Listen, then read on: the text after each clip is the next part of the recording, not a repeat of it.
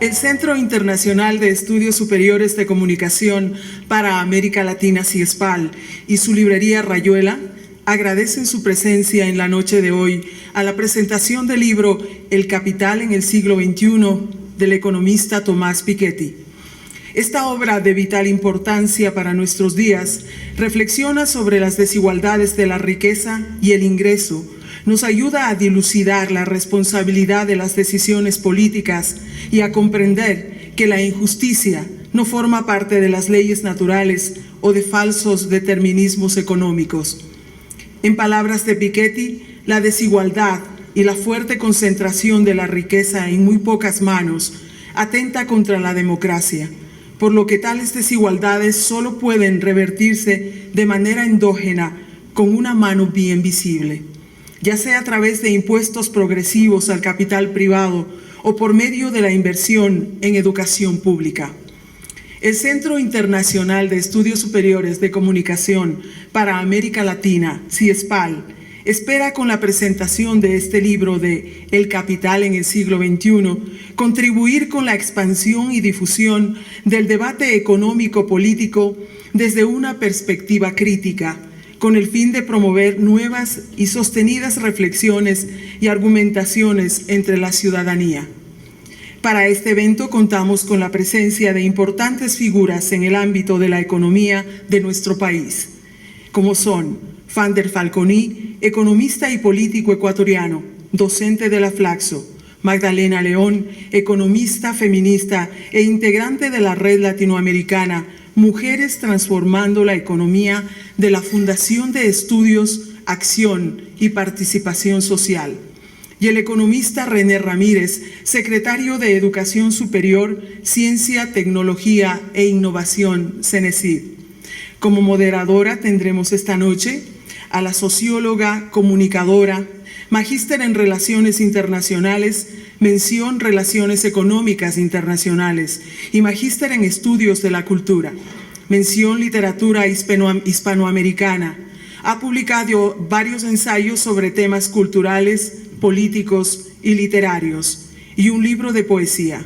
Fue subdirectora de El Telégrafo, primer diario público del Ecuador. Ha ejercido la cátedra en la Universidad Central del Ecuador y en la Pontificia Universidad Católica del Ecuador. Fue consejera de Asuntos Culturales y Académicos de la Embajada del Ecuador en México hasta septiembre de 2014. Actualmente es asesora de comunicación política del Ministerio de Relaciones Exteriores del Ecuador. Quiero informarles que este evento se está transmitiendo a través de nuestro portal web www.ciespal.org. Ahora invito a la doctora Carol Murillo, que moderará esta noche. Bienvenidos.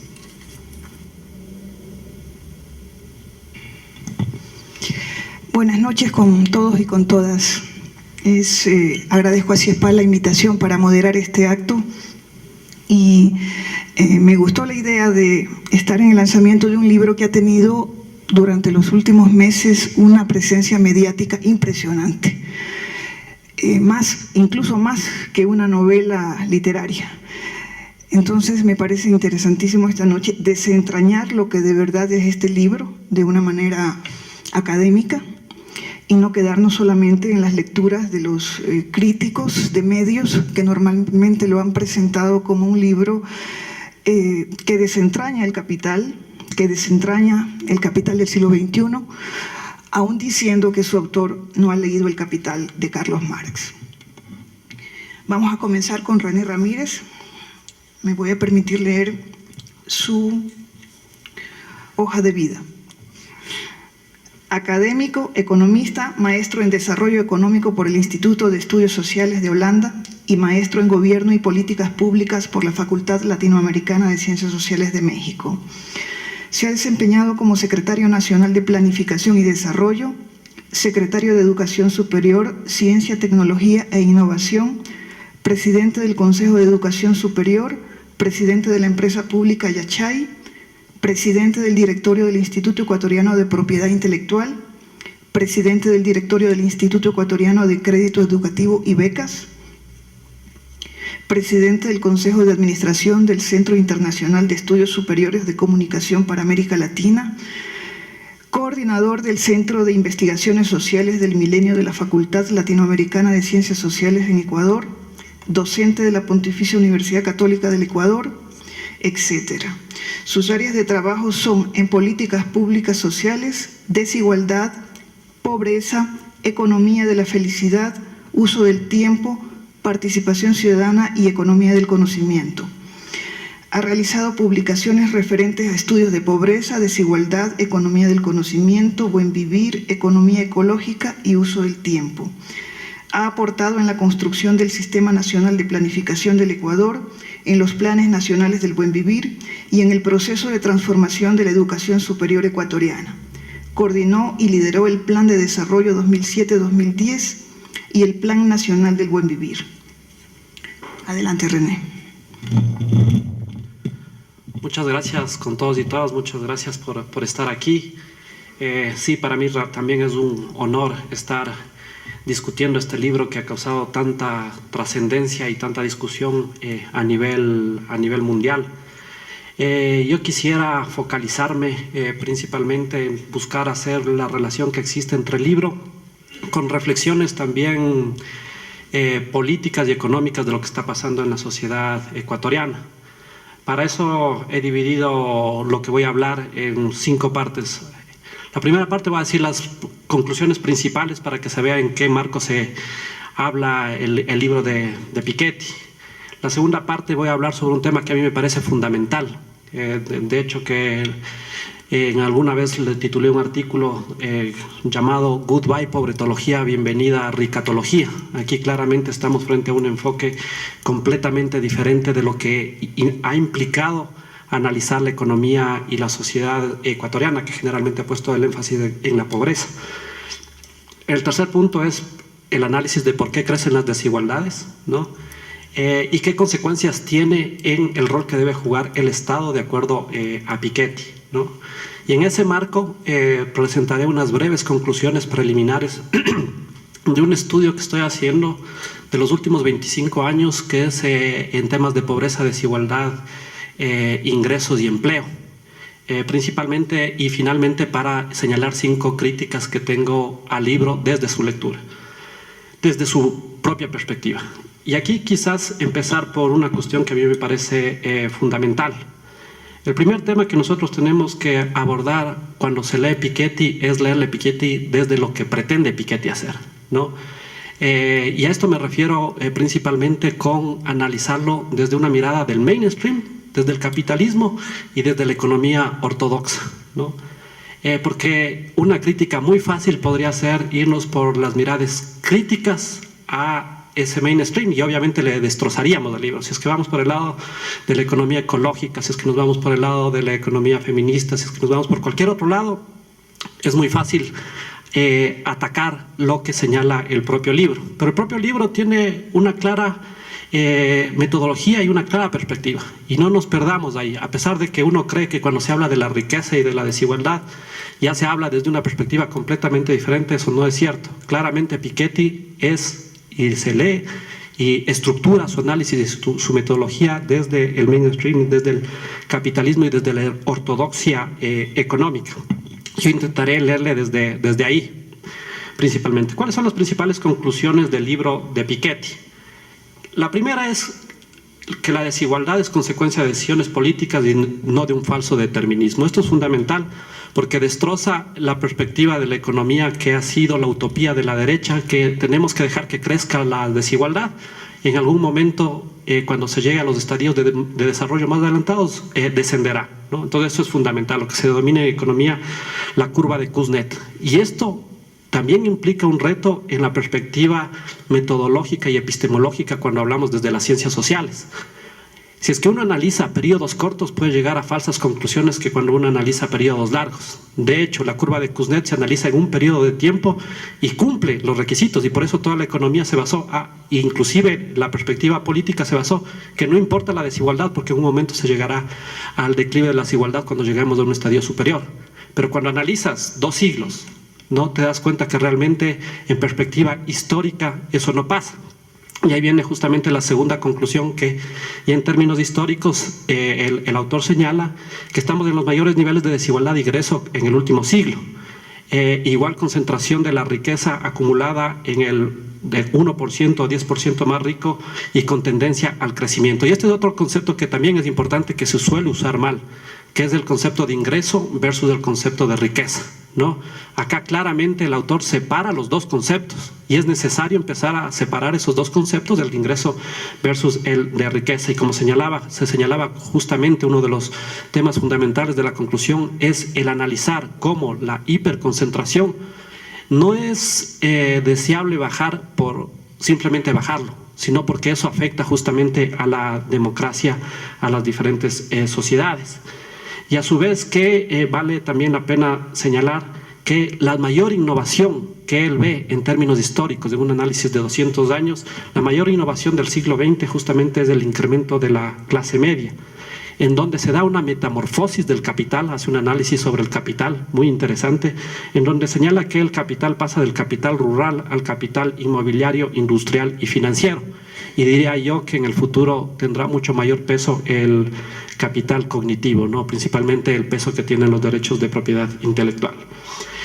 Otra tercera conclusión que a mi modo de ver es importante es que la desigualdad solo puede revertirse con acción política, que no podemos nosotros creer que el propio sistema de mercado va a llevar a que la desigualdad se reduzca. Y para eso hay que tomar decisiones concretas. ¿Cuáles son los únicos puntos cuando baja la desigualdad a lo largo de la historia? Son bajo factores exógenos, como las guerras, o bajo mano bien visible, como se señalaba, a través de impuestos progresivos ¿a qué? A la herencia, impuestos progresivos e impuestos globales a la riqueza. Y el otro punto fundamental que también trataré y me detendré un poco para que se vea lo que está pasando aquí en Ecuador, es sobre el tema de la inversión en educación pública de calidad y la difusión de conocimiento.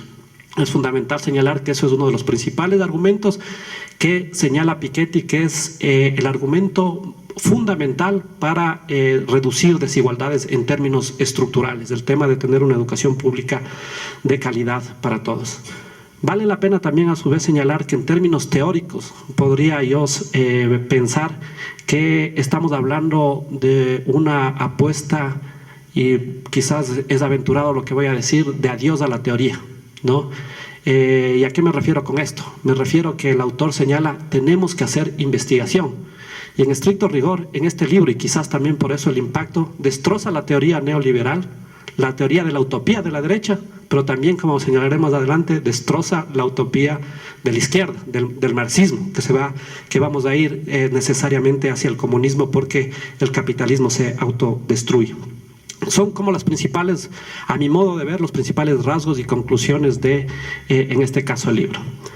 Viene un segundo punto que es importante, como señal. Obviamente este libro es tan rico, con tanta información, que se puede hablar de diferentes temáticas, pero un tema fundamental para mí es el abordar la desigualdad, ¿no? Y no la pobreza. Y creo, cuando justamente se señalaba que ha tenido mayor impacto que novelas literarias, también es una novela literaria. De hecho, su metodología es bastante sui generis, porque combina historia, literatura, economía, política, análisis geográfico, y eso le hace interdisciplinario, le hace muy rico, muy rico. Hace análisis de la literatura en 1900 y eso analiza después con la información que tiene actualmente. Entonces eso realmente le da una riqueza y una fluidez para poder leer bastante importante. Con excepción de las partes literarias, la palabra pobre utiliza en la última página, 2 veces creo que lo utiliza, ¿no? Y esto no es menor, porque acordémonos que en los últimos 20 años, 30 años de neoliberalismo, el mayor impacto de construcción hegemónica, a mi modo de ver, de la derecha fue convencer incluso a la izquierda que para reducir la pobreza hay que tener políticas focalizadas pro pobres. Tengo justamente un artículo en el cual entro en profundidad y detallo el tema de por qué la equidad no produce igualdad. Y acordémonos de estos conceptos que utiliza todo el mundo: equidad, equidad, equidad, y ya con eso estamos bien y estamos siendo políticamente correctos. Claramente lo que se puede ver es que si es que queremos hablar estructuralmente de reducir la pobreza, no tenemos que hablar de pobreza, sino tenemos que hablar justamente de desigualdad. ¿Desigualdad en qué espacios principalmente? En los sistemas excluyentes de salud y educación, buscar el tema de atacar la desigualdad en el tema patrimonial, en la concentración de la propiedad, y también el tema de los prejuicios raciales de género y etarios. Y a su vez también señala algo que es fundamental, y esto es una cuestión muy importante que mencionaré más adelante, que se ve la diferencia entre la reducción de la desigualdad previo a Revolución Ciudadana y post-Revolución Ciudadana. ¿Por qué? Porque la desigualdad del ingreso en estricto rigor puede ser muy frágil.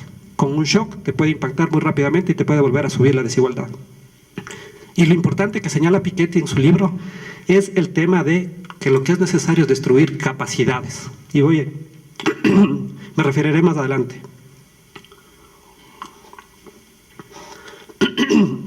De hecho, podríamos decir que el libro estudia al 1% más rico de las sociedades ricas, ¿no? O sea, el libro está enfocado en los ricos, por eso yo lo llamo, o sea, es bienvenido una nueva tendencia que se está dando a nivel mundial. Vemos el libro de Stiglitz, vemos el libro también que sacó la CEPAL sobre la hora de la igualdad, etcétera, en donde se empieza a hablar de igualdad y el tema de pobreza se deja a un lado, pero no porque no sea importante la pobreza, sino justamente porque se busca ahora atacar los temas más estructurales a través de la desigualdad. Como señalaba recién en la página 647, utiliza el juego de los más pobres como una crítica también a aquello tipo de ciencias sociales que se hace sin análisis empírico, sin investigación, ¿no? Dice aquí, si es que nosotros queremos realmente que se dé una sociedad más justa, una sociedad más igualitaria, nosotros tenemos que hacer investigación sobre los ricos, sobre todo. Y hace una invitación, por ejemplo, justamente aquí que está la directora del SRI y también otras autoridades, que se haga investigación sobre un grupo que nunca se ha investigado, ¿no? ¿Por qué se ha hecho hiperfocalización? ¿Por qué se ha hecho, y sabemos todo prácticamente como bichos de laboratorio, de los pobres, cuando realmente el problema de la pobreza no está en los pobres, sino está en los ricos? Entonces este es un cambio, a mi modo de ver, también epistemológico, que trata de puntualizar en este caso el autor. ¿Por qué crece la desigualdad según Piketty? Acá le llama la fuerza de divergencia fundamental, en este caso que la tasa de ganancia de los dividendos, de los beneficios, de las rentas y otras utilidades de capital como los derechos de propiedad crece a mayor velocidad que el crecimiento económico, que le divide en la productividad y en el crecimiento poblacional, lo que se denomina R mayor que G. Entonces, dado que se da esa fuerza fundamental, se produce la desigualdad. En ese sentido, ¿por qué se está dando esta desigualdad? Lo que señala el autor históricamente evidencia que el mundo se está dando un bajo crecimiento y una alta rentabilidad del capital. Y en ese marco, justamente, hacer bajo el crecimiento, el patrimonio, es decir, la riqueza, adquiere mucha mayor importancia en las sociedades y se van construyendo las sociedades rentistas. ¿Pero por qué se da esto? Se da por una decisión de cambio de correlación de fuerzas en las cuales, justamente él señala, por el tema de la globalización, se da un mayor peso en la negociación al capitalista sobre el trabajador. También señala que otro de las fuentes de crecimiento de la riqueza es que nacen los hiperejecutivos que se autoimponen salarios y no tienen ningún límite moral, ¿no?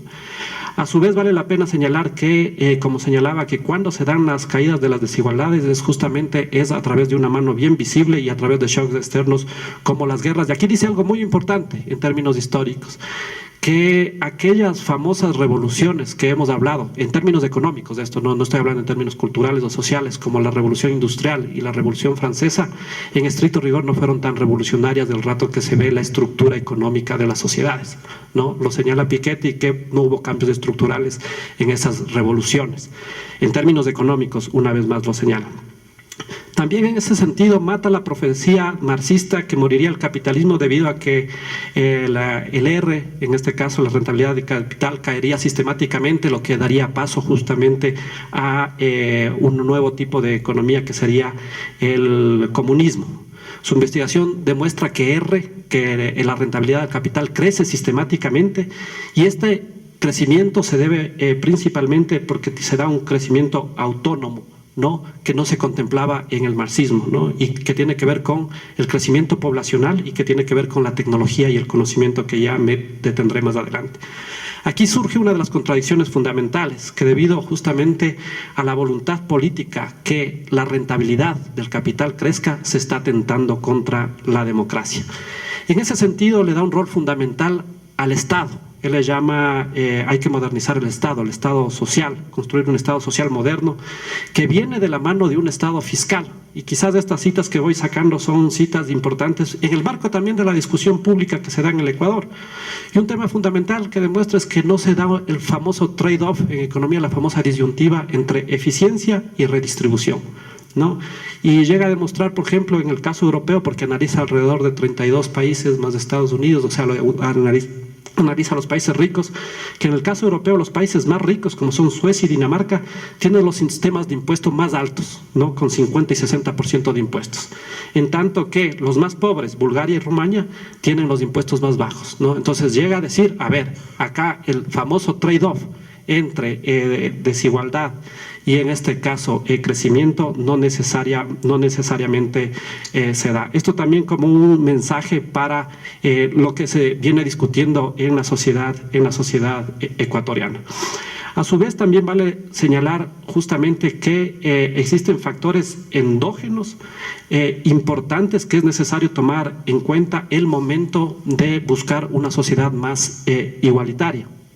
Y aquí permítame simplemente señalar rápidamente lo que está pasando en el Ecuador, al menos de esta pequeña investigación que estoy haciendo con respecto a la relación desigualdad, pobreza, empleo.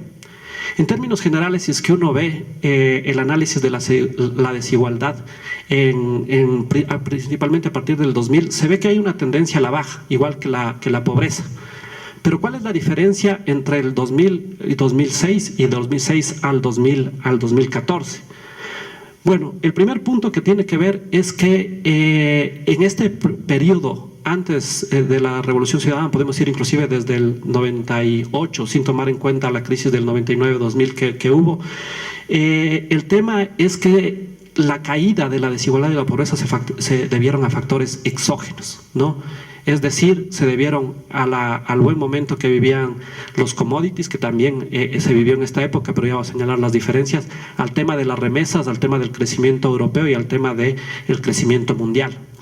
El rato que nosotros hacemos el análisis de lo que está pasando estructuralmente aquí en Ecuador, vemos temas fundamentales, que es, por ejemplo, el crecimiento de la seguridad social, ¿no? El crecimiento de 24 puntos de las personas con seguridad social, que lleva a que el crecimiento del ingreso no se deba exclusivamente a la situación económica de los factores exógenos, sino son personas que ya resguardan su capital, a mí no me gusta la palabra capital, pero su capital humano, llamémoslo así, y que en ese sentido justamente les permite mejorar su ingreso, pero ya de una manera estructural. La caída que se da brutalmente de la pobreza en el ámbito rural se debe en buena medida, en gran medida, justamente al incremento de la seguridad social. Pero por otro lado se da un tema que a mi modo de ver es fundamental y es el corazón, el centro de las conclusiones de Piketty, que tiene que ver con el tema de la democratización a nivel educativo.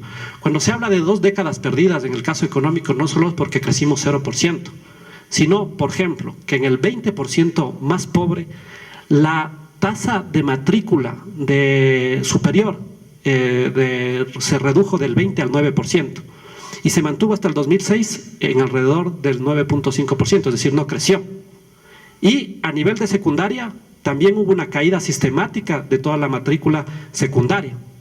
Entonces, esto, a pesar de que se disminuyó la desigualdad, hubo una desacumulación de talento, de conocimientos, de educación. Este momento lo que se está dando justamente algo que es fundamental y a mi modo de ver es uno de los cambios más estructurales que se está dando, es que la matrícula en educación superior, por ejemplo, se ha incrementado en 8 veces. Del 98 al 2006 se mantuvo constante y del 2006 al 2014 ha crecido en 8 veces, ¿no? Entonces está dando un proceso de matrícula en términos relativos y en términos absolutos también, ¿no? Y se da el doble de la matrícula que lo que se está dando también en nivel secundario. Entonces, ¿qué está pasando acá? Está pasando que se están dando las bases estructurales para que la redistribución no solo del ingreso, sino de la riqueza, tenga una mayor estructura a lo largo del tiempo, más allá de las coyunturas y de las crisis que pueda tener el mundo, Latinoamérica o propio Ecuador. Vale la pena también señalar que justamente esto tiene un impacto en la distribución del tiempo, y uno de los temas fundamentales es que la gente está dejando de trabajar sobre el trabajo, es decir, ha caído el tiempo del trabajo, y ese tiempo del trabajo en la juventud se ha trasladado principalmente a dos temas fundamentales, que es de educación, y por eso cae el tema de personas que trabajan y estudian, y por eso sube la matrícula en educación. Y a su vez también vale la pena señalar que las sociedades se vuelven más modernas y el tiempo de traslado también tiene un impacto en el tiempo de movilidad. Entonces son temas fundamentales que están pasando este momento en el Ecuador, y que yo creo que este momento marca una diferencia de la otra manera de reducir desigualdad y de la otra manera de reducir pobreza, que eran coyunturales o eran a su vez bastante frágiles. No quiero meterme en el tema de la política pública, pero sí vale la pena señalar que esto se debe a una decisión política, por ejemplo, del retorno de la gratuidad en la educación superior, como por ejemplo el tema de dar becas a las personas que reciben el bono de desarrollo humano para que puedan estudiar en la universidad y caiga su costo de oportunidad, ¿no? El tema de eliminar las barreras a nivel de colegio, etcétera, ¿no?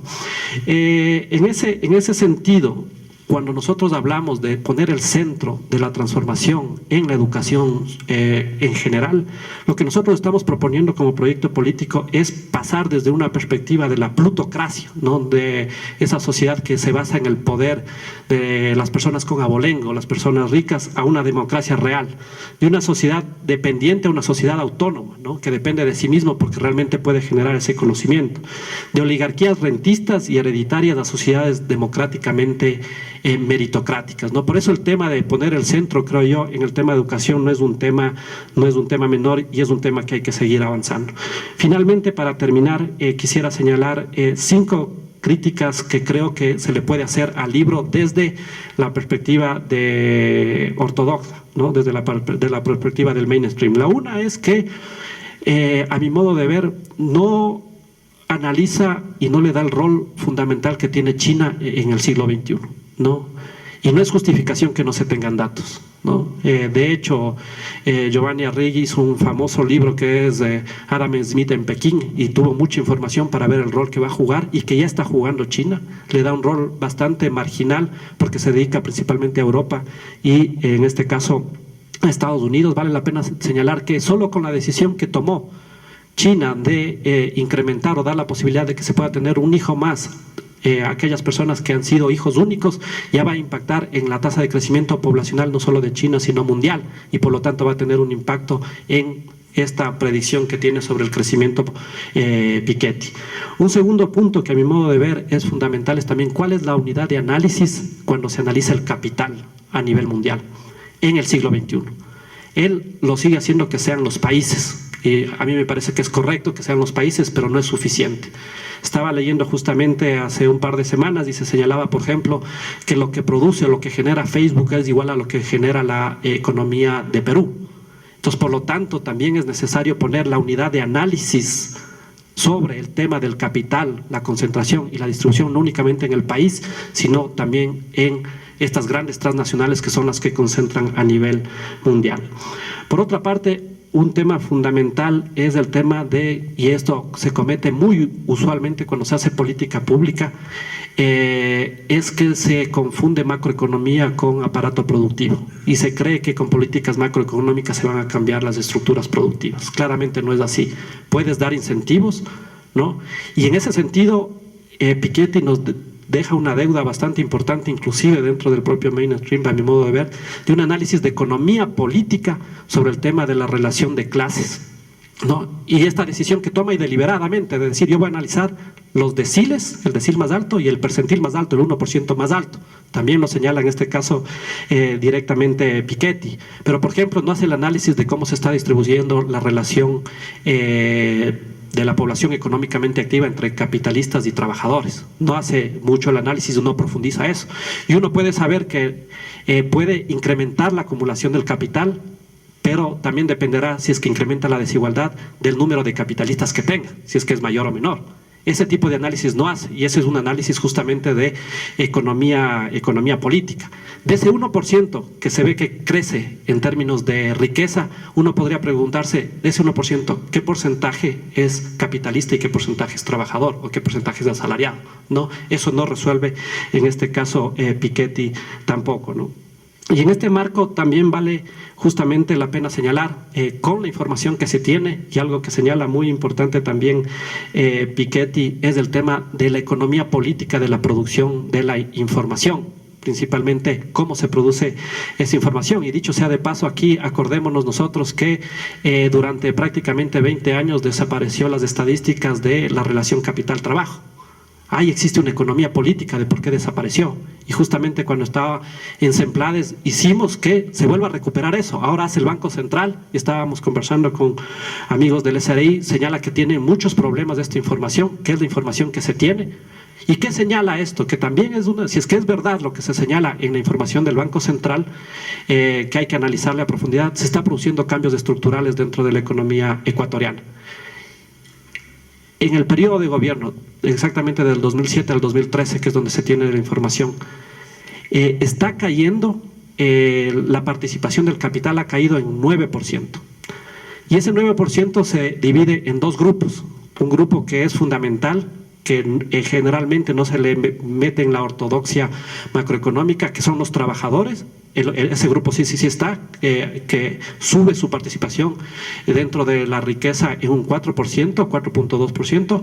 Y el otro punto que es fundamental y que a mi modo de ver es un mensaje que más fuerza le está dando en las entrevistas Piketty que en el propio libro, porque no le trabajan ni en las conclusiones ni en la introducción, que es lo que se denomina usualmente el ingreso mixto, y que es fundamental en la política pública, porque, y él señala el modelo de Alemania, que es el modelo más que se da mucho peso a la propiedad social, versus los otros modelos. Y justamente, si es que eso está pasando en Ecuador, nosotros estamos dando mucho peso a ese ingreso mixto, que puede ser el famoso cuentapropista, que puede ser la economía social y solidaria, que puede ser el cooperativismo, que puede ser el asociativismo, etcétera, que hay que profundizar en eso, ¿no?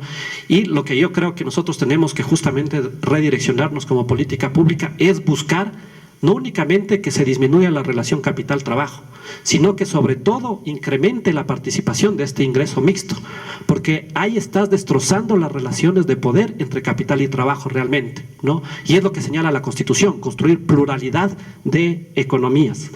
Y en ese sentido, algo que sí me parece sustantivo también en la economía política de las estadísticas, que deja a un lado y que sí implicaría una mirada más del sur, es el tema del análisis del patrimonio ambiental como parte de la relación de la distribución de la riqueza, ¿no? Señala claramente dentro de su análisis, por ejemplo, cómo es tan estúpido, podría decir, la contabilidad macroeconómica, que privatizar la educación y la salud hace que suba el Producto Interno Bruto. Por eso quizás es mejor privatizar para que suba este PIB. Es necesario también tener un análisis de la contabilidad biofísica, porque eso sí implica una relación en la nueva jerarquía internacional de la economía política mundial, ¿no? Una pregunta que podríamos hacernos es ¿cuánto cambiaría la distribución mundial de la riqueza si se valora el patrimonio ambiental de cada país? Claramente Piketty no ataca el concepto de valor, ¿no? Sino el valor clásico desde la perspectiva neoclásica. Por eso nunca se le puede asemejar al libro El Capital de Marx. O sea, si es que algo similar al libro del Capital de Marx, diría yo, es el libro que acaba de terminar, ya sea David Harvey, de las 17 contradicciones. De hecho, sugiero, si es que se va a leer en el orden, primero que se lea este libro y luego que se lea el de David Harvey, porque ahí sí se ve el análisis de la economía política mundial. Y en ese sentido, también podríamos preguntarnos qué sucedería en la distribución de la riqueza a nivel mundial si se contempla el pago de la deuda ecológica. Claramente, el libro tendría otras conclusiones completamente diferentes, ¿no? Con la misma mirada del mainstream, ¿no? Contabilizando, como se suele hacer, el tema del capital del patrimonio natural. O podríamos incluir lo que generalmente Magdalena le gusta, el tema de las relaciones del trabajo de la mujer dentro del hogar, ¿no? Desde la misma perspectiva de contabilizarlo monetariamente, ¿no? Sin abordar los otros temas de nuevos valores y de nuevas contabilidades que se pueden dar a nivel mundial. En ese sentido, este libro es un libro muy rico, un libro que aborda temas estructurales también para tener los pies muy en la tierra, los que hacemos política pública, para buscar en este momento, si es que se busca algo que sea utópico para seguir caminando, ¿qué tenemos que hacer para que en el marco de esa transformación radical hagamos transformaciones estructurales bajo la lógica en la cual vivimos, que es el capitalismo? Muchas gracias.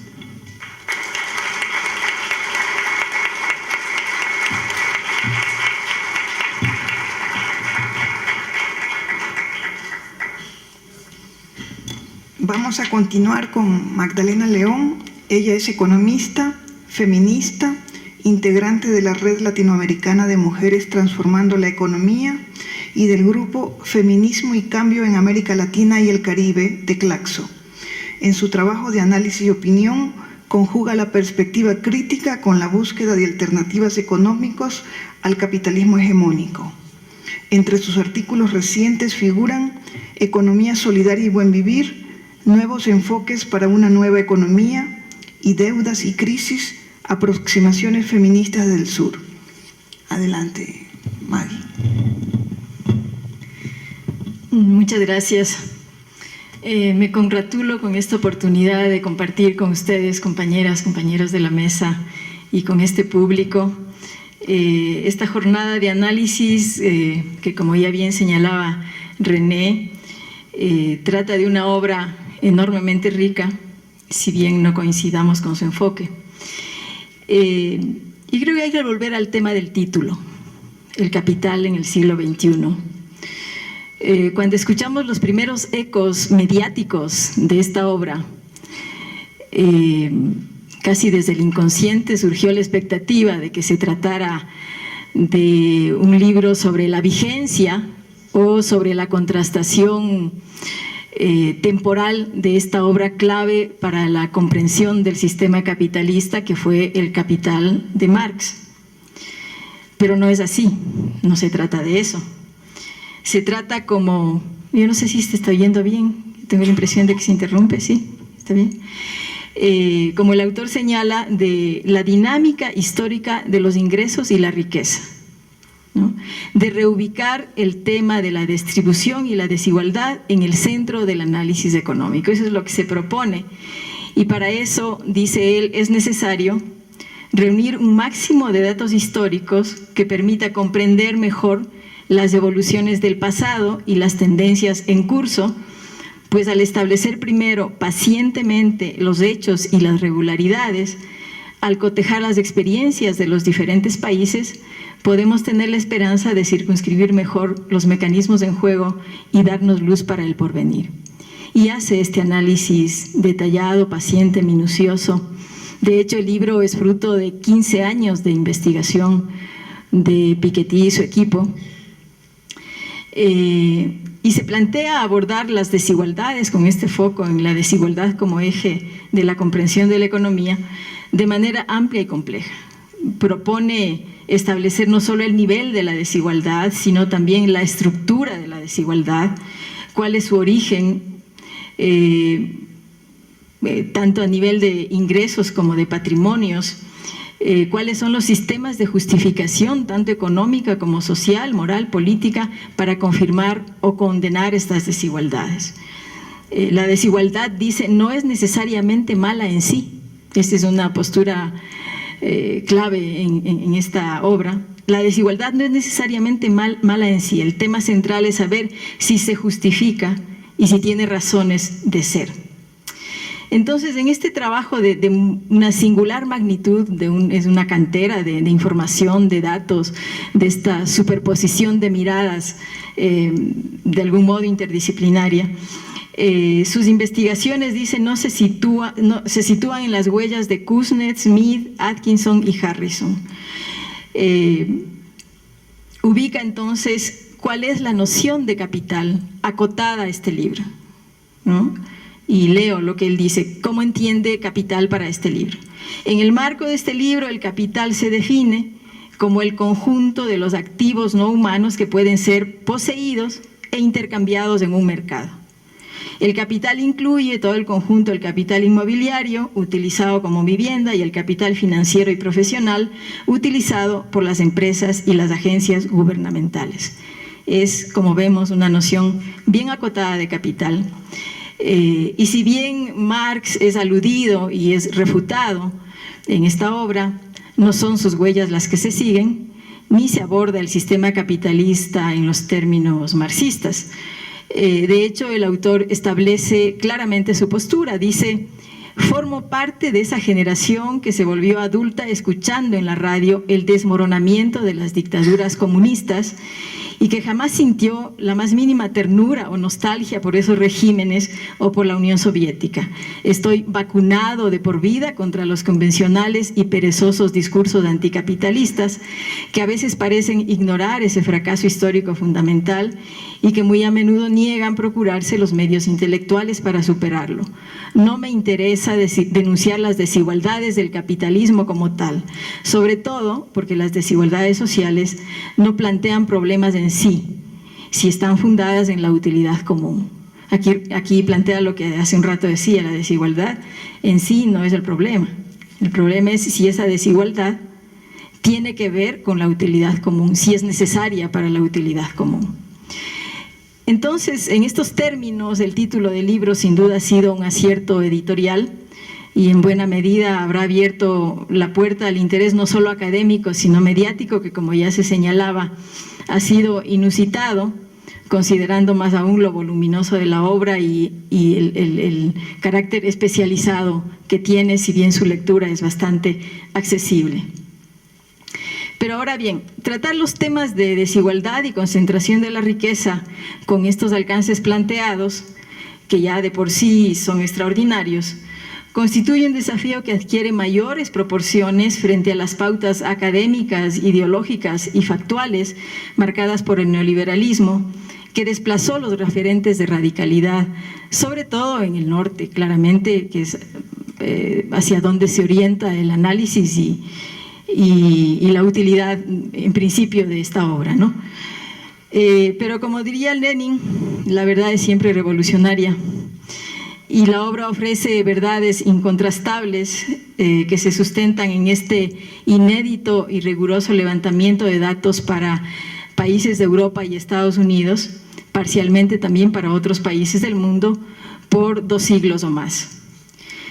Claro, cuando se habla de por qué Piketty no ofrece respuestas o pistas más aterrizadas en el siglo XXI, es porque en realidad él analiza los 2 siglos anteriores. Cuando habla del capital en el siglo XXI, está refiriéndose desde su enfoque de capital a cómo están las cosas al inicio del siglo XXI como resultado de este proceso de larga trayectoria de los 2 siglos previos.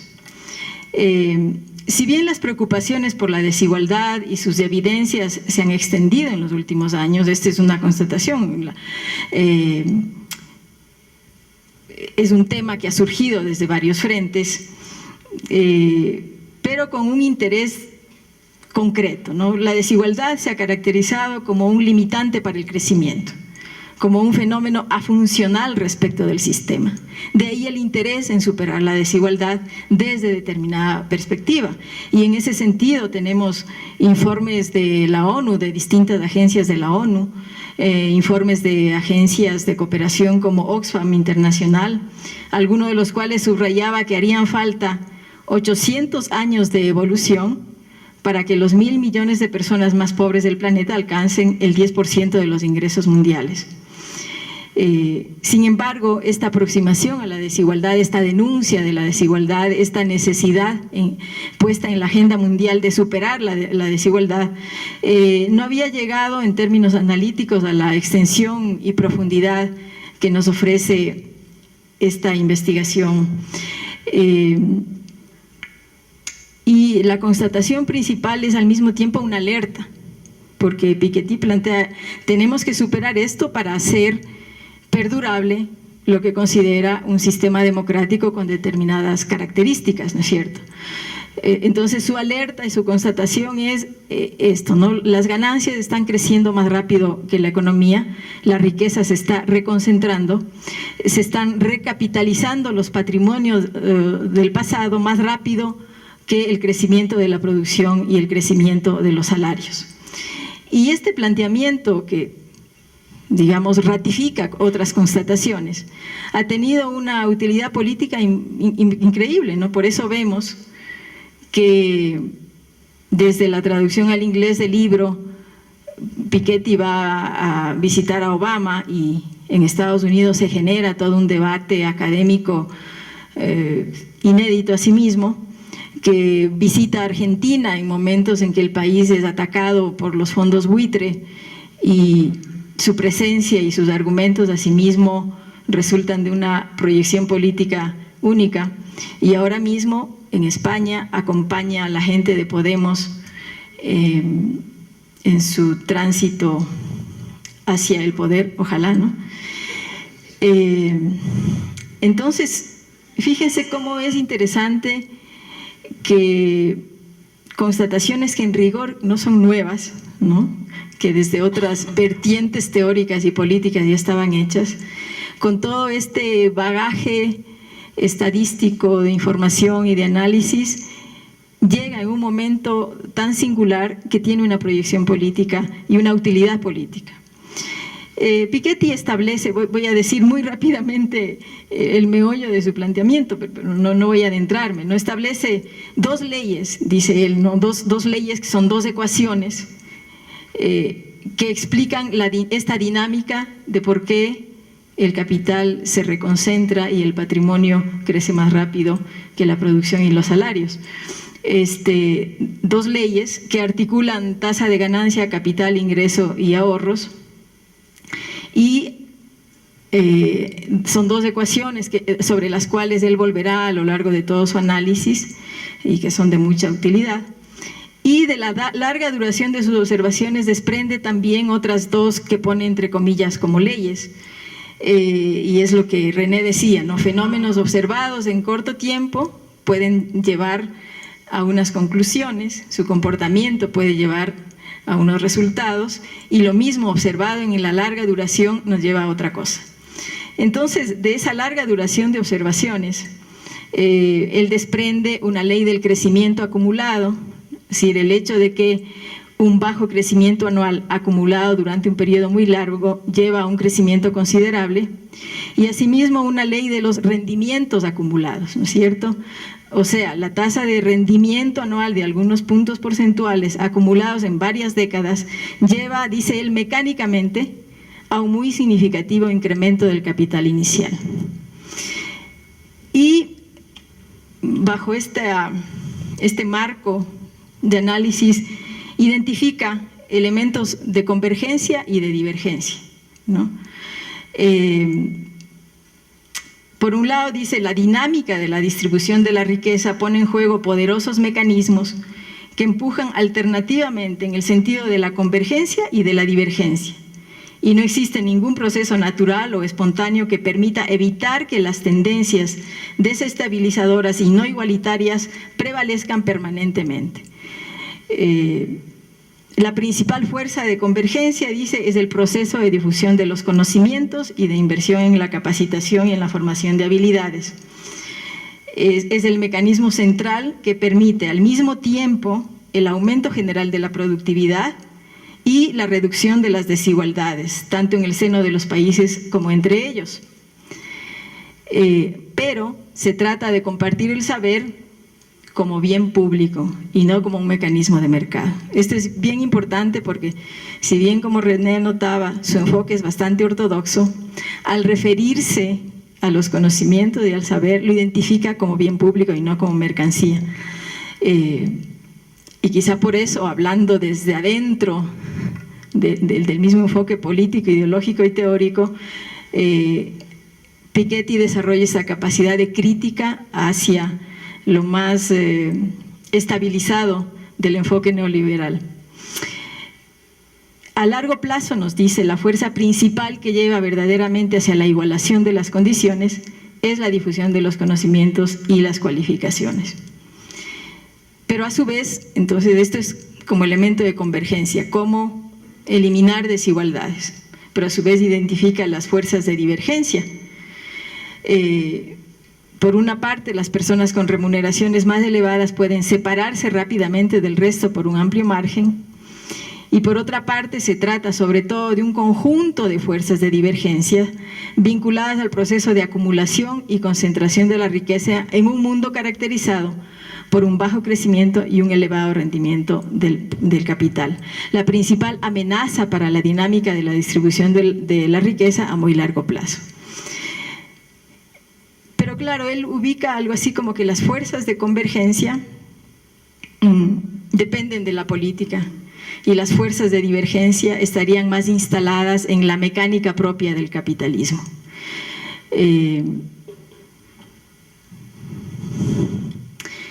Y por eso alerta que es necesario inventar nuevas herramientas para retomar el control de un capitalismo financiero que ha desbordado, que se ha vuelto loco, y que es necesario renovar y modernizar esas herramientas, nos dice, ¿no? Y con dos elementos principales que ya mencionó René: sistemas de impuestos y gastos, sistemas de impuestos y gastos para el Estado social, que debería no desecharse como es la tendencia con el ajuste en Europa, sino modernizarse. Su propuesta del impuesto sobre el capital, un impuesto mundial y progresivo sobre el capital, que lo ve como que permitirá que prevalezca el interés general sobre el interés privado y que al mismo tiempo preservaría la apertura económica y las fuerzas de la competencia. Dice él, es un mecanismo pensado muy en la lógica del mercado. Esto permite fundamentar con más contundencia demandas y tesis que han surgido de procesos sociales y políticos. No nos olvidemos que desde hace unos 20 años está sobre la mesa la propuesta de una tasa Tobin, que es más o menos esto, ¿no? Poner un impuesto a los capitales y sobre todo a los paraísos fiscales.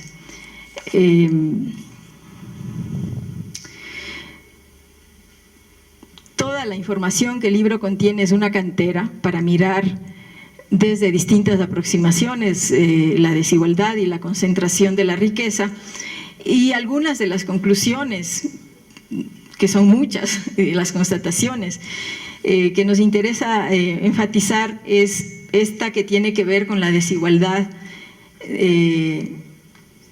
entre los países. Hoy en día, nos dice, la realidad es que la desigualdad del capital es mucho más doméstica que internacional. Enfrenta más a los ricos y a los pobres de cada país que a los países entre sí. Y en complemento, dice, sin importar la medición utilizada, el mundo parece haber entrado en una fase de convergencia entre países ricos y pobres. ¿Sí? Es decir, bajó la importancia de las diferencias entre países y más bien hay una tendencia a la convergencia. Y ahí retomo lo que ya planteaba René. ¿No será que hay que ver esta nueva configuración de la concentración de la riqueza a través de las corporaciones, que ya no pueden ser vistas a través de los países así identificados? Resalta a Piketty que la dinámica de la distribución mundial del capital es un proceso tanto económico como político y militar, ¿no? Sucedía lo mismo en la época colonial, nos dice, cuando las potencias de la época, Reino Unido y Francia a la cabeza, estaban dispuestas a desplegar sus armas para proteger sus inversiones. Es evidente que sucederá lo mismo en el siglo XXI, con configuraciones geopolíticas diferentes y difíciles de prever. No menciona aquí hechos del siglo XXI y ya del siglo XX, como las invasiones que hemos visto desplegarse para no solo defender inversiones, sino apropiarse de riquezas y controlar todas las guerras desatadas por el control del petróleo. Nada de esto menciona, pero queda aquí insinuado en esta mirada sobre nuevas configuraciones geopolíticas. Como decíamos, su fórmula de su salida es la defensa del Estado social, que le define como la redistribución moderna, que no consiste en transferir riquezas de los ricos a los pobres, sino que reside en financiar servicios públicos e ingresos de reposición más o menos iguales para todos, sobre todo en el ámbito de educación, salud y jubilaciones, esto con una lógica de derechos, nos dice.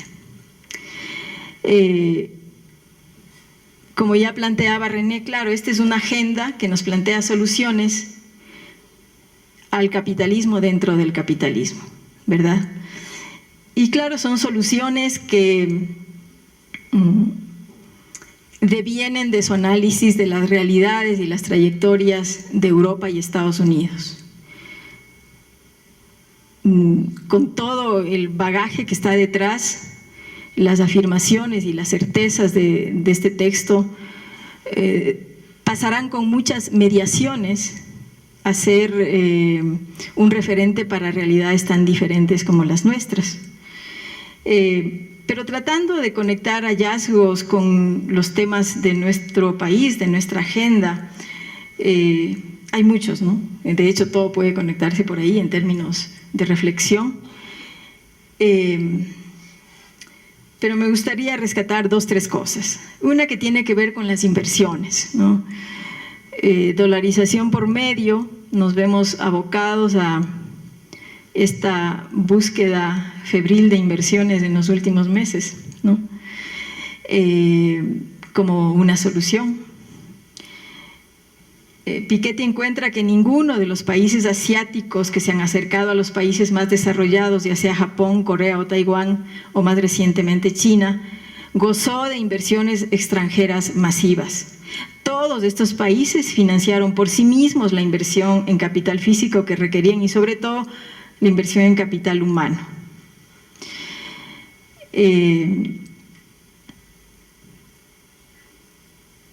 Ahora bien, las diferencias con los países desarrollados o ricos se atenúan o se diluyen de cara a la competencia fiscal que se ha desatado en el mundo justamente para atraer inversiones. Entonces ahí corremos el riesgo de caer en la misma fórmula que resultan clave para explicar las tendencias de mayor gravamen a los ingresos respecto de menor gravamen a los capitales. Esta competencia fiscal desatada en el mundo y en la cual corremos el riesgo de caer supone ofrecer exenciones fiscales al capital que viene como inversión y por lo tanto esta brecha entre unos ingresos más castigados y unos capitales premiados puede no solo mantenerse sino profundizarse. Otro elemento que vale la pena mirar es lo que tiene que ver con la propiedad pública. En el análisis de Piketty se muestra que en los países europeos, especialmente en Inglaterra y Francia, prácticamente no existe propiedad pública. La propiedad es privada, pero en esa conversión de propiedad pública en propiedad privada, digamos, ha habido toda un traslado de recursos, pues, ¿no? De una esfera a la otra, salió beneficiada la propiedad privada. Y en países como el nuestro, donde la propiedad pública se mantiene, no ha desaparecido, es interesante ver cuáles son las funciones posibles, ¿no? Ver que no es que en el camino del desarrollo es necesario eliminar esa propiedad y trasladarla hacia la esfera privada, sino más bien reinterpretarla y darle otros usos y funciones de cara justamente a ir configurando esta economía diversa que a nuestro entender es la clave de la transformación. Ahora bien, para terminar, Piketty se remite a las cuentas nacionales en buena medida como fuente de análisis de información. Si bien él reconoce que las cuentas nacionales son una construcción social en perpetua evolución y reflejan siempre las preocupaciones de una época, menciona que son una herramienta indispensable para estimar los ingresos y las riquezas totales. Las cuentas nacionales han sido desde hace ya décadas criticadas, ¿no? Porque se entiende que lo que éstas registran deja por fuera un conjunto de la riqueza, una parte de la riqueza que se genera en un país. la realidad económica que se mira a través de las cuentas nacionales es parcial, y los cuestionamientos han venido especialmente de la economía ecológica y de la economía feminista. En la UNA, la economía feminista dice, bueno, aquí se está dejando por fuera todo el trabajo y la producción no mercantiles que son fundamentales. La economía ecológica plantea fundamentalmente, aquí no se están considerando los pasivos ambientales. En fin, las cuentas nacionales, por tanto, han sido vistas como una medida parcial de la riqueza de los países. Y desde ahí, sin pretender pedirle a Piketty algo que no se ha propuesto, ¿no es cierto?, porque él plantea muy claramente cuáles son sus objetivos, su método, su teoría, sus resultados. Creo que sí es interesante debatir un poco sobre los alcances de la noción de desigualdad ahora en el siglo XXI, porque la desigualdad ni se limita ni se explica solo a través de la riqueza y el ingreso, tiene otras expresiones y otras formas. Piketty nos llama la atención sobre la necesidad de políticas para contener las tendencias llamadas mecánicas, entre comillas, yo pongo entre comillas, de un capital librado a su propia capacidad de autogeneración. De algún modo, en ciertas fases de su texto, nos viene a la mente la idea de esta frase popular de el dinero llama al dinero, ¿no?, como si este se generara casi espontáneamente. Este capital librado a su propia capacidad de autogeneración. Pero quizá desde nuestra historia y desde la reciente experiencia de la crisis en el norte pueda también derivarse la evidencia de que la concentración y el mismo sostenimiento del sistema empresarial corporativo responden a políticas deliberadas. No es solamente la mecánica del sistema, la mecánica del capital que va creando la concentración por sí mismo, sino que, y no solo para contrarrestar esta tendencia hace falta política, sino que en esta tendencia tienen que ver directamente políticas deliberadas. No nos olvidemos de las multilaterales, no nos olvidemos del ajuste estructural, y del conjunto de medidas neoliberales que se orientan al mercado total, ¿no?, a totalizar el mercado en todos sus niveles. Así también esta tendencia aparece menos mecánica si ampliamos el foco de las desigualdades y sus interrelaciones, ¿no? Si observamos qué ocurre con la propiedad, el trabajo, los ingresos de la mitad de la población, o sea, no estamos hablando de una externalidad ni de un tema complementario, sino que en la propia lógica de análisis de cómo se distribuye desigualmente la propiedad, la riqueza, el trabajo, no podemos dejar de ver que la mitad de la población, ¿no?, es una fuente fundamental de producción y riqueza que explicaría de dónde viene esta riqueza, sino también que las tendencias señaladas para el conjunto se matizan o se falsean, o el mapa puede ser otro. O sea, si decimos cómo se distribuye la propiedad e introducimos la variable sexo, nos vamos a dar cuenta que lo que sucede para las economías nacionales debería desplegarse en un doble mapa, porque no hay una información completa y comparable en el mundo de cómo está distribuida la propiedad por sexo, pero de las informaciones parciales sabemos, por ejemplo, que si las mujeres se dedican, si la agricultura de subsistencia está feminizada, en cambio la propiedad de la tierra puede ir del 1 al 10% en el caso de las mujeres. Entonces el mapa, este mapa del mundo de la propiedad tendría que desdoblarse. Igual el mapa de los ingresos, tenemos datos que nos dicen que la brecha de ingresos persiste en un rango que en el mundo, en un rango que va del 5 al 38%. Igual que el trabajo no remunerado en los hogares por parte de las mujeres se mantiene en un promedio de 4 a 6 horas para las mujeres, mientras los varones hacen entre 1 y 2 horas.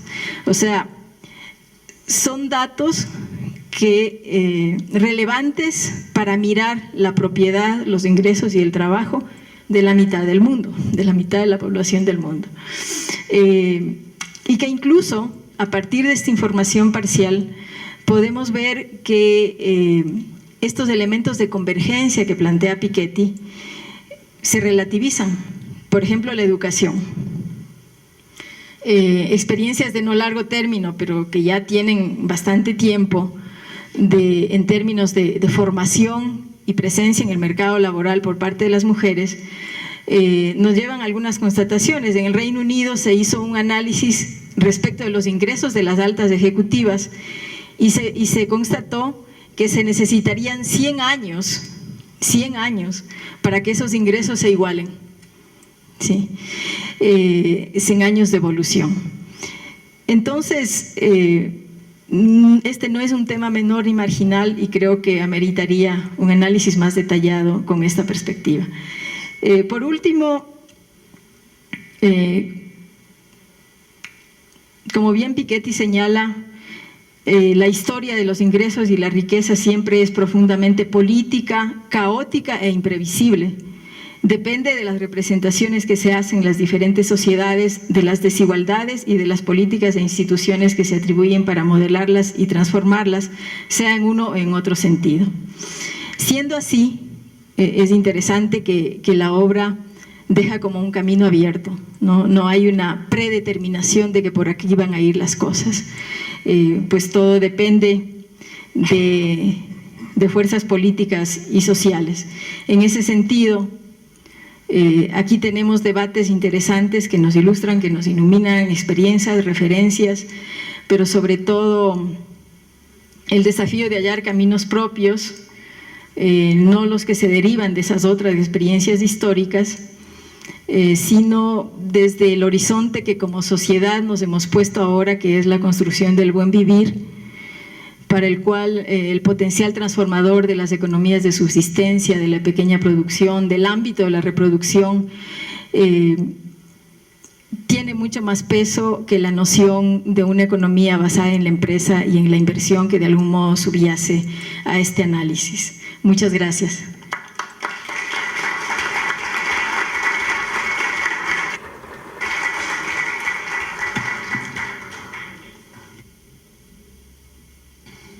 Gracias, Magdalena. Vamos a seguir con Fander Falconi. Él es economista, académico y político. Realizó sus estudios de economía en la Pontificia Universidad Católica del Ecuador. Obtuvo una maestría en economía en Flaxo, así como una maestría y doctorado en economía ecológica en la Universidad Autónoma de Barcelona. Fue coordinador académico del programa de doctorado de Economía del Desarrollo y de Investigación de Flaxo. Se ha desempeñado como secretario nacional de Planificación y Desarrollo y ministro de Relaciones Exteriores.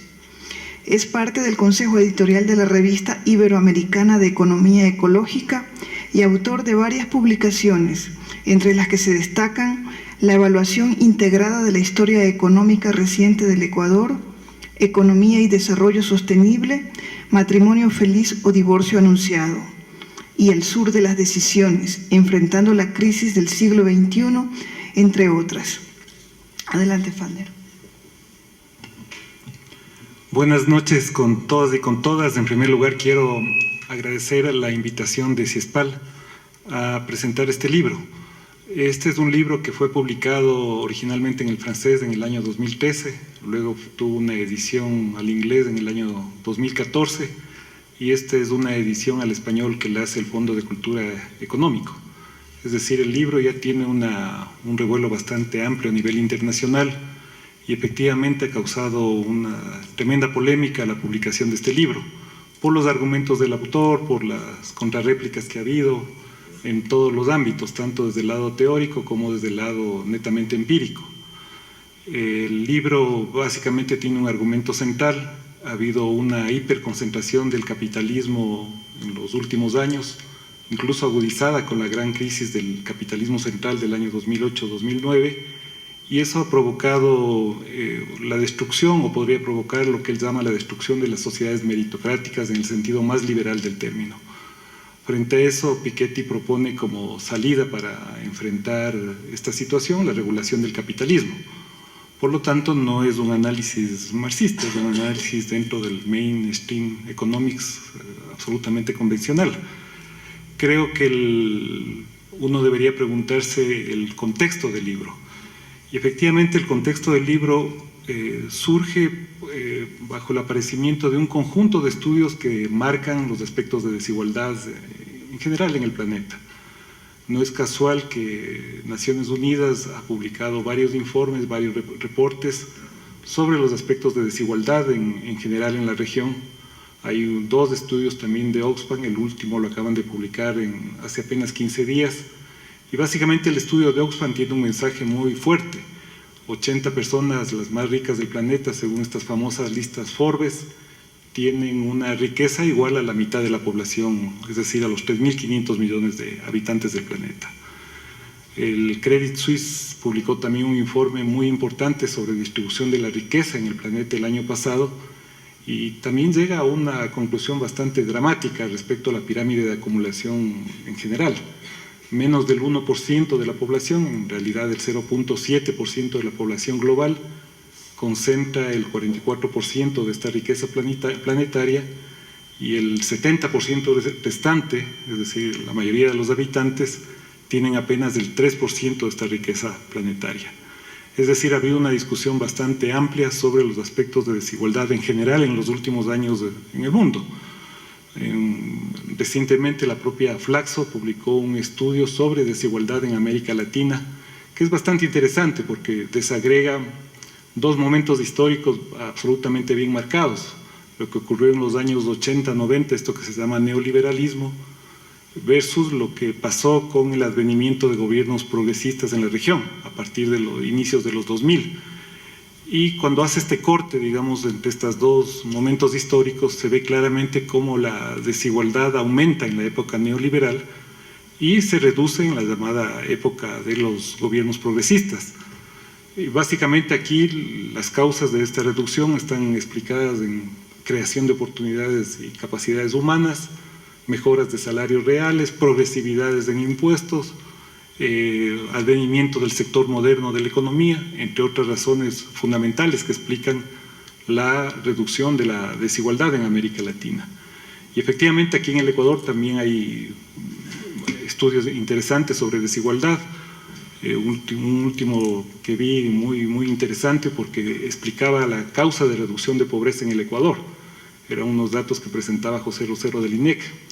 Y básicamente cuando se descomponen los aspectos de reducción de pobreza en el país, la caída fundamentalmente a nivel de la pobreza en general nacional se explica en buena parte por los factores redistributivos, no tanto por el crecimiento económico. Es decir, cómo se han ido redistribuyendo en forma mucho más adecuada las oportunidades. El libro de Piketty tiene un argumento central. El argumento central es que sostiene el autor, que ya lo he mencionado anteriormente, es que cuando la tasa de retorno del capital es mayor a la tasa de crecimiento del producto, se produce una divergencia a nivel planetario y esto genera desigualdades. Y básicamente a partir de ahí el autor desbarata esto que se llama en economía la curva de Kuznets. La curva de Kuznets es una especie de curva en forma de U invertida, que en un eje, digamos, en el eje vertical está la desigualdad del ingreso, en el eje horizontal aparece el tiempo o el ingreso per cápita, depende de qué se grafique, y básicamente hace alusión que a medida que aumenta el desarrollo humano, en general lo que se produce es una reducción de las desigualdades. Esto lo demostró este economista ucraniano Kuznets en los años 50, a él le dieron incluso un premio Nobel posteriormente por este tipo de hallazgos. Y Kuznets lo que hace es, con una serie más larga de tiempo, con una evidencia empírica casi de 200 años, examinar el comportamiento justamente de esta famosa curva de Kuznets. Y llega a la conclusión de que no se ha producido esta reducción de la desigualdad, particularmente en las economías capitalistas. Al contrario, hay un aumento de esta desigualdad y con fehaciente evidencia empírica. El libro es valioso por los argumentos, el señalamiento de que los aumentos de la distribución o el empeoramiento de la distribución del ingreso, de su riqueza, es inherente al propio sistema capitalista y que por lo tanto se requieren salidas, que en este caso son las salidas regulatorias que él propone. Uno podría decir mucho sobre las omisiones del libro. Yo creo que hay algunas omisiones centrales que tiene el libro. Por un lado, en la lógica del estudio de la acumulación, que es un estudio netamente político, como todos sabemos, no son elementos técnicos, son elementos que reflejan distribuciones del ingreso en un momento dado, en una sociedad determinada. Está ausente las relaciones de poder, y en un contexto más amplio, las relaciones entre el sistema mundo que propician ese tipo de acumulación, a lo que ya muchos autores tipo Wallerstein ya se han referido, la hiperacumulación que se da en el sistema planetario, producto de ese comercio internacional, por ejemplo, desigual, donde los países del sur nos vemos obligados a exportar un conjunto de materias primas que se desvalorizan en esos mercados globales y por lo tanto se producen canales desiguales que propician esa acumulación planetaria. Este es un elemento, por ejemplo, para mí muy fuerte de omisión en el libro de Piketty. El otro elemento muy fuerte de omisión tiene que ver con el tratamiento que da a la naturaleza, o lo que a veces vulgarmente se llama el capital natural. En realidad la naturaleza está ausente del análisis de Piketty.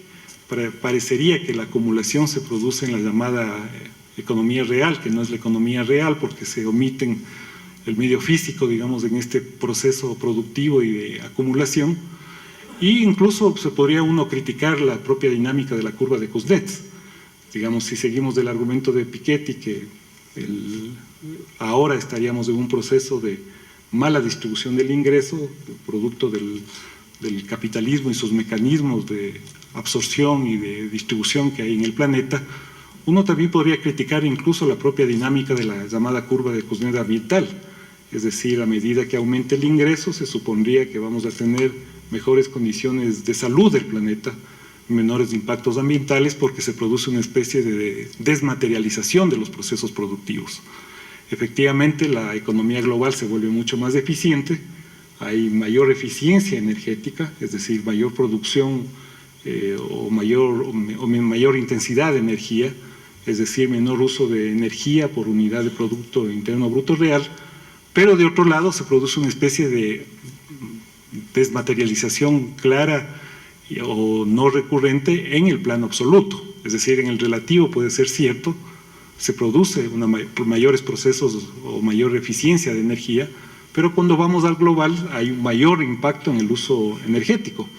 Y esto tiene que ver porque hay mayor producción planetaria, por lo tanto mayor consumo energético, por lo tanto mayor impacto o mayor huella ambiental. Y ahí hay una consideración bastante grave, digamos, del tratamiento del llamado capital natural. Capital, en la acepción de Piketty, son los activos financieros, monetarios, pero no necesariamente el resto de capitales. Por ejemplo, el capital institucional, la creación de sociedades o de instituciones.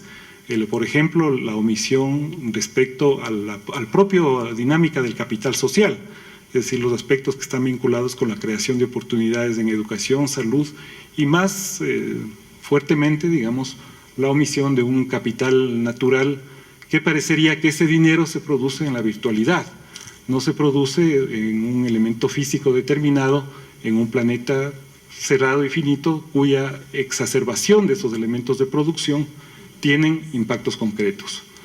Y eso habría que afectar con un impuesto progresivo al patrimonio. Parecería que es muy buena idea, digamos, que se tribute o que los ricos tengan una tributación mayor a nivel planetario, pero efectivamente muchas de esas propuestas han fracasado, ¿no? Y habría que preguntarse por qué han fracasado.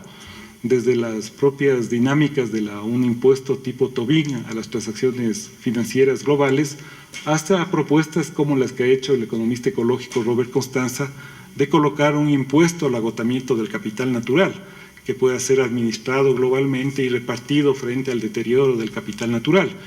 Y básicamente aquí volvemos a un elemento central, que es la omisión de las relaciones de poder en su análisis. El segundo tema tiene que ver con la transparencia de esa progresividad impositiva. Para Piketty no solo es necesario colocar ese impuesto progresivo al patrimonio, sino que también habría necesidad de una mayor transparencia en las finanzas públicas internacionales. Nuevamente, ¿quién podría estar en contra de una mejor transparencia de las políticas públicas fiscales, de sus mecanismos de generación de impuestos, etcétera? Aquí se me vino a la mente simplemente cuando se preparaba esta exposición, lo que acaba de ocurrir con los famosos LuxLeaks. El Gran Ducado del Luxemburgo hizo una transacción que fue revelada en noviembre y diciembre del año pasado con un conjunto de empresas para evitar el pago de esos impuestos, empresas europeas y empresas norteamericanas. Esto acaba de ser revelado en una especie de gran escándalo internacional por el consorcio de periodistas independientes que revelaron este tipo de acuerdos que se hicieron bajo la mesa en negociaciones con empresas tipo la Pepsi-Cola, tipo Walt Disney, para no pagar impuestos o no tributar los impuestos en sus países de origen, prácticamente impuestos, negociaciones vis a vis con empresas para evitar el pago de impuestos. Pero no solo eso era lo grave, no solo que había negociaciones individuales con las empresas, sino que estas negociaciones se lo hacían con la complicidad de las auditoras que estaban encargadas de auditar los balances de esas empresas.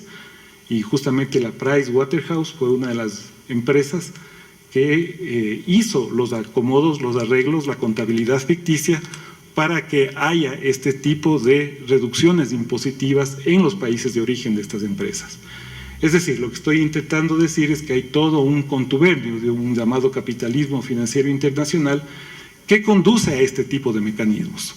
Este contubernio se origina en un conjunto de tentáculos que tiene este capitalismo, que son los tratados bilaterales de inversión, los mecanismos, cómo se negocian los arbitrajes internacionales, los tratados de libre comercio, que están inmersos en la lógica y la dinámica del capital.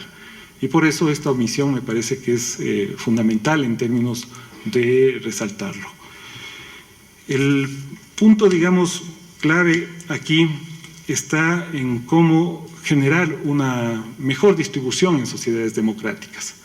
Y evidentemente aquí podríamos dividir el análisis si uno seguiríamos del argumento, por ejemplo, de Stiglitz, en un libro que es bastante citado y bastante famoso, que se llama El precio de la desigualdad, en dos niveles, digamos, que tendrían que ver con la distribución de esa riqueza en general en el planeta. Uno tendría que ver con lo que son los mecanismos antes de los impuestos y luego con los mecanismos que estarían relacionados con los mecanismos redistributivos posteriores a los impuestos. En un ámbito, es decir, en los mecanismos anteriores a la tributación, juegan un conjunto de elementos fundamentales, que creo que la literatura y la experiencia de los países demuestran que son los elementos mucho más viables para lograr elementos redistributivos. Ahí tienen que ver nuevamente con lo que anotábamos anteriormente, es decir, juegan un rol fundamental la creación de oportunidades, es decir, básicamente inversión acumulada en conocimiento, en salud, entre otras razones fundamentales. El otro punto interesante tiene que ver con cómo se cierran brechas relacionadas con las insuficiencias o las carencias, porque pobreza, digamos, no solo nos lleva a un mecanismo material, sino también a un conjunto de elementos subjetivos. Y esto implica, digamos, que podríamos ir cerrando un conjunto de brechas relacionadas con las necesidades claves que tiene una población. Y aquí habría otro elemento que actuar, entre esas la vivienda digna, bajo un concepto o una lógica de pobreza o en forma mucho más multidimensional. El otro elemento tendría que ver justamente con los mecanismos claramente redistributivos, es decir, la acción pública para regular los embates de un capitalismo que parece agresivo a todas luces. En este sentido, la propuesta de progresividad, digamos, tendría sentido, sí podría ser administrada y generada en un consenso. Él mismo le llama una propuesta utópica en sus reflexiones finales, en la parte final cuando lanza la propuesta de progresividad. Y efectivamente me parece que puede ser un elemento movilizador, pero tal vez utópicamente irrealizable si es que no hay nuevamente este cambio de relaciones de poder. Me interesa hacer otro tipo de reflexión respecto del libro. Este libro de Piketty, que evidentemente es un libro consistente, que tiene un objetivo bastante claro de demostrar las desigualdades planetarias, tiene un correlato con un tema que a mí particularmente me preocupa. Es decir, el aumento de la riqueza planetaria no solo tiene un elemento central en la mala distribución o asignación de esos ingresos, de esos patrimonios, de esas rentas, de esas posibilidades o de la generación de igualdad en sociedades meritocráticas, sino que también tiene secuelas fundamentales en un mundo físico, en un mundo concreto, y eso lleva a asumir una categoría central, y esa categoría central tiene que ver con que estamos en una especie de crisis de civilización.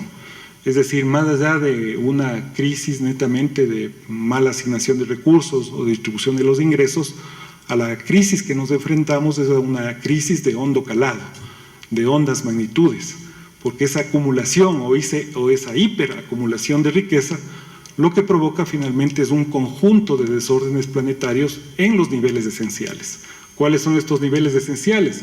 Uno, pérdida de biodiversidad planetaria, por lo tanto, afectación concreta de una magnitud de vida y de viabilidad de la propia estructura del planeta. Un segundo elemento que afecta notablemente es la imposibilidad, digamos, de recrear o de regenerar nuestro planeta, y por lo tanto se expresan en un conjunto de desórdenes planetarios de incalculable magnitud y de incertidumbre. Es decir, a diferencia de una probabilidad, lo que nos enfrentamos es a una incertidumbre de mediano y largo dato, particularmente con uno de los elementos más centrales de la hiperacumulación de la riqueza, que es el cambio climático. Sabemos perfectamente que el cambio climático obedece a una estructura de acumulación desigual. Si todos tenemos responsabilidades en ese cambio climático porque respiramos y emitimos CO2, pero evidentemente las responsabilidades son absolutamente diferenciadas. Y aquí uno podría definir, digamos, o tomar una posición. ¿Qué es lo que provoca? ¿Provoca la pobreza o las pobrezas en general ese tipo de desórdenes? Porque si un pobre no tiene con qué alimentarse y acude a la leña o erosiona un bosque, bueno, ahí hay una acumulación o un impacto directo.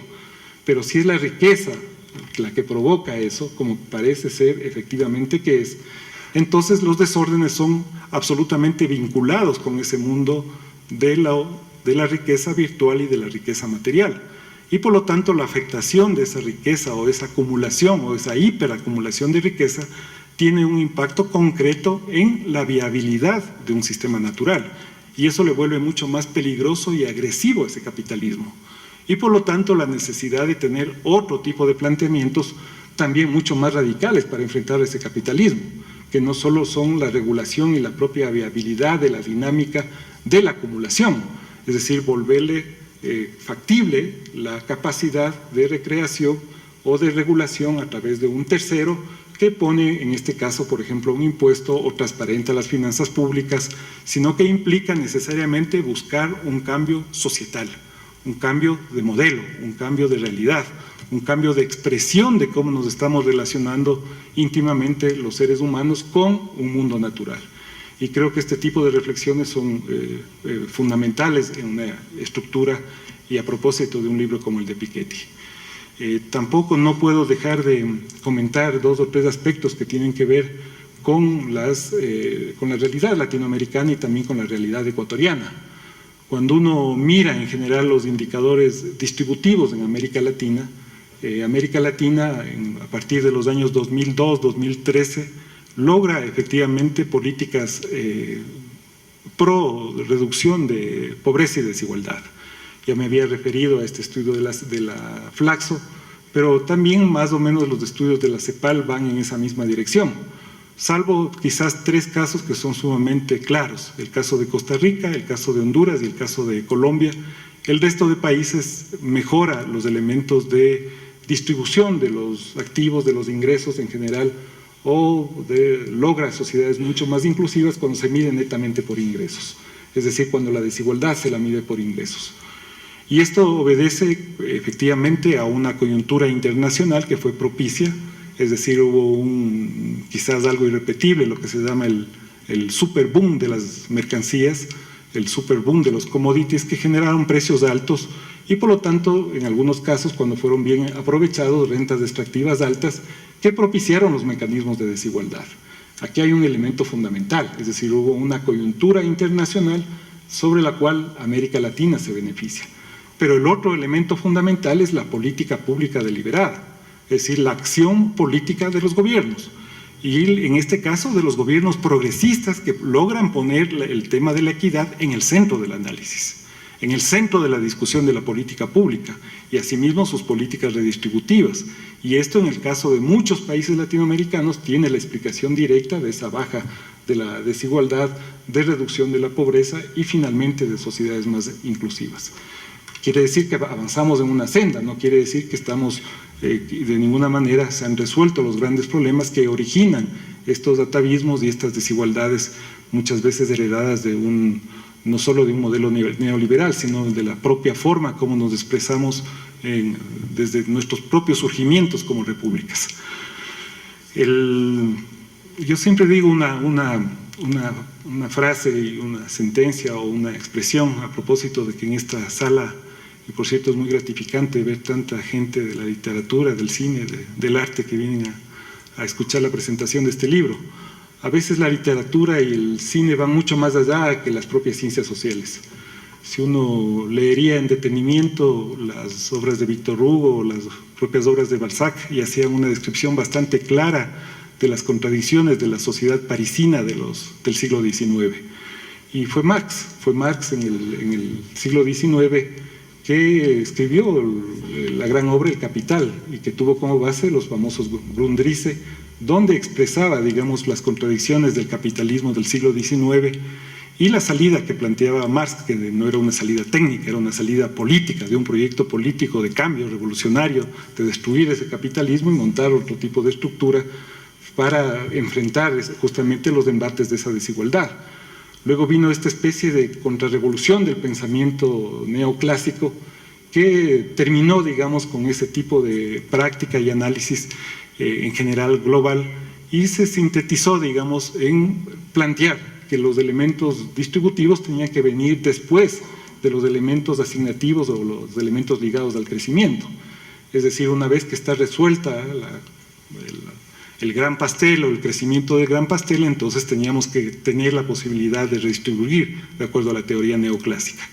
Esto fue bastante criticado en las ciencias económicas y en la política en general, no solo por su falta de validez científica y teórica, sino que en las expresiones latinoamericanas hubo toda una corriente de pensamiento que cuestionaron este tipo de planteamientos, este tipo de enfoques, con argumentos y con datos bastante trabajados. Fue la teoría estructuralista en un momento dado, el dependentismo latinoamericano, pero volviendo al punto, yo creo que cuando uno mira lo que ocurre en el mundo actual, bastaría ver películas como las de Costa Gabras, del Capital, para entender también la dinámica del capital, sus elementos nocivos y la necesidad de hacer una reflexión mucho más profunda y de construir un proceso societal que parecería que ahora es un proceso ligado no solo a la lógica y a la dinámica de acumulación de cada país, sino fundamentalmente a una lógica y articulación mucho más global, considerando que cada tablero, cada movimiento en el micro tablero local tiene unos profundos impactos en la geopolítica internacional. En todo caso, el libro de Piketty es un libro que debe ser leído, debe ser estudiado, debe ser analizado, comentado y está abierto sin duda a la reflexión y quedará para la reflexión para unos años posteriores. Muchísimas gracias.